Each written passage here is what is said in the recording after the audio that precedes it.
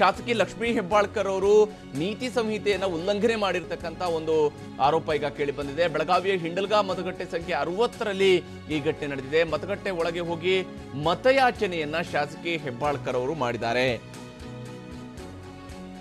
Vote ಹಾಕೋದಕ್ಕೆ ಬಂದರೂ ಕೂಡ ಹೆಬ್ಬಾಳ್ಕರ್ ಅವರಿಗೆ ಕೇವಲ ವೋಟ್ ಹಾಕಿ ಬರೋದು ಮಾತ್ರ ಅಲ್ಲ, ಅಲ್ಲೂ ಕೂಡ ಒಂದು 4-5 ಜನ ವೋಟ್ ಹಾಕ್ಲಿ ಅನ್ನುವಂತಹ ಮನವಿಯನ್ನು ಮಾಡುವಂತಹ ಕೆಲಸವನ್ನ ಮಾಡಿದ್ದಾರೆ. ಇದು ಹಿಂಡಲ್ಗಾದಲ್ಲಿರುವಂತಹ ಮತಗಟ್ಟೆ ಸಂಖ್ಯೆ 60ರಲ್ಲಿ ನಡೆದಿರುವಂತಹ ಘಟನೆ. ಹೆಬ್ಬಾಳ್ಕರ್ ಅವರು ಮಾದರಿ ನೀತಿ ಸಂಹಿತೆಯನ್ನ ಉಲ್ಲಂಘಿಸಿ ಮತಗಟ್ಟೆ ಒಳಗಡೆ ಹೋಗಿ ಮತಯಾಚನೆ ಮಾಡಿದ್ದಾರೆ. ಈ ಬಾರಿ ಒಂದ್ಸಲ ಆದರೂ ವೋಟ್ ಹಾಕಿ ಅನ್ನುವಂತಹ ವಿನಂತಿಯನ್ನ ಮಾಡಿರ್ತಕ್ಕಂತಹ ದೃಶ್ಯವು ಕೂಡ ಕಂಡು ಬರ್ತಾ ಇತ್ತು. ಅಲ್ಲಿ ಕೈ ಮುಗಿದು ಅವರು ಕೇಳ್ತಾ ಇರುವಂತಹ ದೃಶ್ಯವನ್ನು ಕೂಡ ನಾವು ಗಮನಿಸಬಹುದಾಗಿತ್ತು. ಬಹುಶಃ ಸರತಿ ಸಾಲಿನಲ್ಲಿ ನಿಂತು ಜನ ಮತ ಹಾಕ್ತಾ ಇದ್ರೆ ಇವರು ನೇರವಾಗಿ ಮತಗಟ್ಟೆಯ ಒಳಗಡೆ ಹೋಗಿ ತಮ್ಮ ಹಕ್ಕನ್ನು ಚಲಾಯಿಸುವುದಕ್ಕಾಗಿ ಮತಗಟ್ಟೆಯ ಒಳಕ್ಕೆ ಹೋಗಿರ್ತಕ್ಕಂತಹ ದೃಶ್ಯವನ್ನು ಕೂಡ ನಾವಿಲ್ಲಿ ಗಮನಿಸಬಹುದು.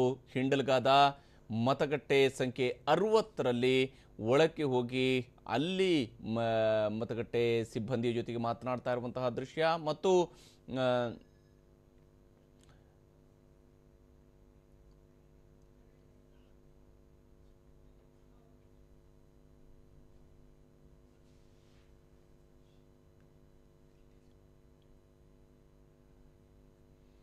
ಮತಗಟ್ಟೆ ವ್ಯಾಪ್ತಿಯ 100 ಮೀಟರ್ ಒಳಗಡೆ ಯಾರೂ ಕೂಡ ಮತಯಾಚನೆಯನ್ನು ಕೂಡ ಮಾಡುವ ಹಾಗಿಲ್ಲ. ಆದರೆ ಮತಗಟ್ಟೆಗಳಿಗೆ ವಿಸಿಟನ್ನು ಕೊಡ್ತಾ ಇರುವಂತಹ ಶಾಸಕಿ ಲಕ್ಷ್ಮೀ ಹೆಬ್ಬಾಳ್ಕರ್ ಅಲ್ಲಿನೇ ಕೈ ಮುಗಿದು ಮತಯಾಚನೆಯನ್ನು ಮಾಡ್ತಾ ಇದ್ದಂತಹ ದೃಶ್ಯವನ್ನು ನಾವು ಗಮನಿಸಬಹುದು. ಜನ ಅಲ್ಲಿ ಬಂದೇನೋ ವೋಟ್ ಹಾಕೋದಕ್ಕೆ ಬಂದಿರತಕ್ಕಂತಹ ಜನರನ್ನ ಕೈ ಮುಗಿದು ಮಾತನಾಡಿಸ್ತಾ ಇರುವಂತಹ ಲಕ್ಷ್ಮೀ ಹೆಬ್ಬಾಳ್ಕರ್ ಅವರನ್ನ ನಾವು ಗಮನಿಸಬಹುದು. ಬನ್ನಿ ಬಗ್ಗೆ ಮತ್ತಷ್ಟು ಡೀಟೇಲ್ಸ್ ಅನ್ನ ನಮ್ಮ ಪ್ರತಿನಿಧಿ ಸಹದೇವ್ ನೀಡ್ತಾರೆ. ಸಹದೇವ್, ಏನೋ ಮತಗಟ್ಟೆ ಒಳಗಡೆ ವಿಸಿಟ್ಗೆ ಬಂದಂತ ಸಂದರ್ಭದಲ್ಲಿ ಅಲ್ಲೂ ಕೂಡ ಮತಯಾಚನೆಯನ್ನು ಮಾಡ್ತಾ ಇದ್ರು ಲಕ್ಷ್ಮೀ ಹೆಬ್ಬಾಳ್ಕರ್ ಅವ್ರಿಗೆ. ಏನೋ ಅಂದ್ರೆ ಎಲ್ಲ ಕಡೆಯಲ್ಲೂ ಕೂಡ ಅವರಿಗೆ ಮತಗಟ್ಟೆಗಳಿಗೆ ವಿಸಿಟ್ ಮಾಡ್ತಾ ಇದ್ದಾರೆ ಹೇಗೆ? ಮತ್ತೆ ಇಲ್ಲಿ ಮಾದರಿ ನೀತಿ ಸಂಹಿತೆ ಇದ್ದಾಗಲೂ ಕೂಡ ಆ 100 ಮೀಟರ್ ಒಳಗೆ ಬಂದು ಕೂಡ ಈ ರೀತಿಯಾಗಿ ಮತಯಾಚನೆ ಮಾಡ್ತಾ ಇರುವಂತಹ ದೃಶ್ಯ ಕಂಡು ಬರ್ತಾ ಇರುವಂತದ್ದು. ಏನು ಮತಗಟ್ಟೆ ಸಿಬ್ಬಂದಿ ಏನು ಇದಕ್ಕೆ ಅಬ್ಜೆಕ್ಷನ್ ಮಾಡಿಲ್ವಾ?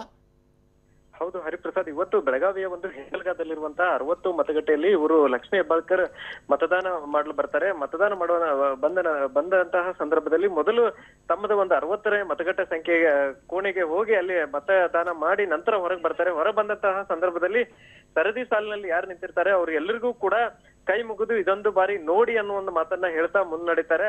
ಅದಷ್ಟೇ ಅಲ್ಲದೆ ಇವರು ಸದ್ಯ 60ನೇ ನಂಬರ್ ಮತಗಟ್ಟೆಯಲ್ಲಿ ಮಾಡಿರುವಂತಹ ಏನು ಅದರ ಪಕ್ಕದಲ್ಲಿ ಇನ್ನೊಂದು ಮತಗಟ್ಟೆ ಇರುತ್ತೆ, ಆ ಮತಗಟ್ಟೆ ಒಳಗೂ ಕೂಡ ಹೋಗ್ತಾರೆ. ಹೋಗುದಷ್ಟೇ ಅಲ್ಲದೆ ಅಲ್ಲಿದ್ದಂತಹ ಕೆಲವೊಂದಿಷ್ಟು ಮತದಾರರು ಏನಿರ್ತಾರೆ ಅವ್ರಿಗೆ ಎಲ್ರಿಗೂ ಕೂಡ ಕೈ ಮುಗಿದು ಒಳಗ್ ಹೋಗ್ತಾರೆ. ಒಳಗಿದ್ದಂತವ್ರಿಗೂ ಕೂಡ ಕೆಲವೊಂದಿಷ್ಟು ಜನರಿಗೆ ಮಾತಾಡಿಸುವಂತಹ ಒಂದು ಪ್ರಯತ್ನವನ್ನ ಮಾಡ್ತಾರೆ.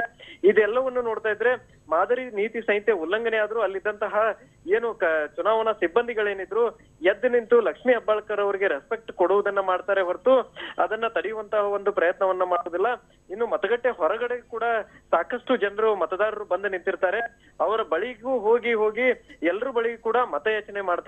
ಇದನ್ನ ತಡೆಯುವಂತಹ ಪ್ರಯತ್ನವನ್ನ ಪೊಲೀಸರಾಗ್ಲಿ ಮತ್ತು ಅಲ್ಲಿದ್ದಂತಹ ಏನು ಚುನಾವಣಾ ಸಿಬ್ಬಂದಿಗಳಾಗ್ಲಿ ಯಾರೂ ಕೂಡ ಮಾಡುವುದಿಲ್ಲ. ಹರಿ ಓಕೆ, ಧನ್ಯವಾದ ಸಹದೇವ್ ತಮ್ಮೆಲ್ಲ ಮಾಹಿತಿಗಾಗಿ. ಇದು ಹಿಂಡಲ್ಗಾದಲ್ಲಿ ಕಂಡು ಬಂದಿದ್ದಂತಹ ದೃಶ್ಯ. ಲಕ್ಷ್ಮೀ ಹೆಬ್ಬಾಳ್ಕರ್ ಅವರು ವೋಟ್ ಹಾಕೋದಕ್ಕೆ ಬಂದಂಥ ಸಮಯದಲ್ಲಿ ಅಲ್ಲಿನೇ ಕೈ ಮುಗಿದು ವೋಟ್ ಕೇಳುವಂತಹ ಕೆಲಸವನ್ನು ಕೂಡ ಮಾಡಿದರು.